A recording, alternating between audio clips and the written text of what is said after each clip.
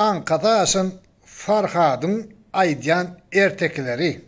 Şu İçeri İşler Ministrliğinden birleşende neme deyip de şu başından geçenlerin hemmesini dosyalayıp verdim. Sonra İçeri İşler Ministrliğinden sonra da dedim şu bir sana afiser gelip palas etti dedim ve şu polislere de şöyle deyip diyordu dedim. Tamam. Şu anda ministrin aydan geldi, sen dedi arkayın ol dedi, dostlarım dedi bir günün içinde çıkar dedi, çıkardarız dedi, ben söz veriyen dedi. Şu dostlarım deport olup gitmeli samolyotunda dedi, şu pasolstvan Garavulundan başlığına dedi, hemmesini ben özüm deport edip mindirip verecek dedi. Ve bugün hazır yine bir tazelik hem vatandaşlara hem size bugün hemen İçeri İşler Ministri can etti, bugün birleştim. Şöyle gurlaşamda heptanın birinci ya ikinci günümüzde hep İstanbul'a özü iş safarı bilen geliyenligini ve şu safara gelende Gökmen benimle görüşecekliğini aydıp geçti. Tutuş Türkiye Devleti'nin ministri Süleyman Soylu İçeri İşler Ministri olyadı.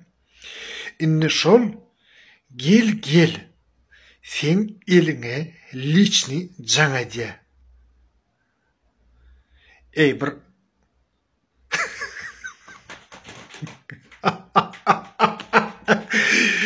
ey vay ey. Sen varam.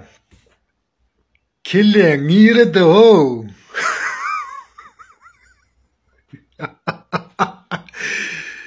Ey vay ey. İçeri İşler Ministri Farhad'ın eline can edip durmuşsun. Hakikaten olacak diye. Farhad tapıp elince veren adama $100.000 pul koyupturlar. Şu $100.000 verecek. Şu iş olmanka, sut olmanka getirip bizim elimize vermeli. Terede buna. Buna teredin ha adamlar. $100.000. Aho.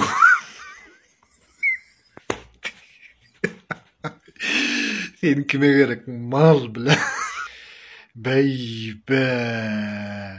Ay karada var güldür yemeysin var kuday var. Adamlar şungal tupoymay bile. Şungalak adamlara ınanıp